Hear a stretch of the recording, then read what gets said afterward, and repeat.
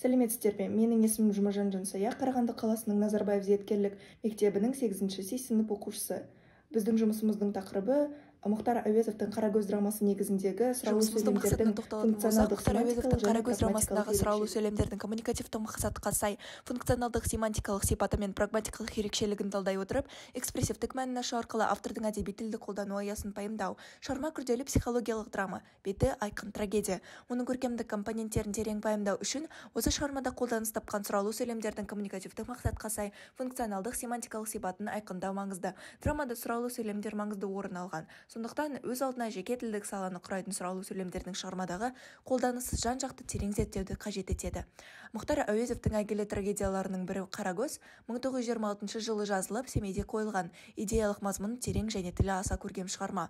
Осы шығарма Қарагөз трагедиясы, оның трагедиясының көркемдік ерекшеліктері, шығармашылық тарихы, қойылымдары, тарихи негіздері егжей-тегжейлі зерттелген. Осы шығарманың зерттелуіне үлес қосқан қаламгерлер әдебиет сыншылары Әбділда Тәжібаев, Рымғали Нұрғалиев, Бақыбек Құндақбаев, Тұрсын Жұртбай, тағы басқа көптеген зерттеушінің еңбектері бар.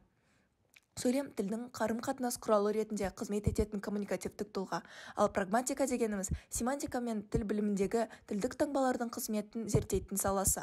Текст-контекст бірнеше сөйлемнің ішкі бірлігінен қалыптасқан белгілі бір жағдайдың әсерін ескере отырып, модальділікті толық сипаттауға, ұғынуға мүмкіндік беріп, біртұтас ойды қалыптастыратын бірлік. Шығармада кездесетін шарасыздық, дәрменсіздік, амалсыздық мәнін танытатын сұраулы сөйлемдерді көре аласыздар.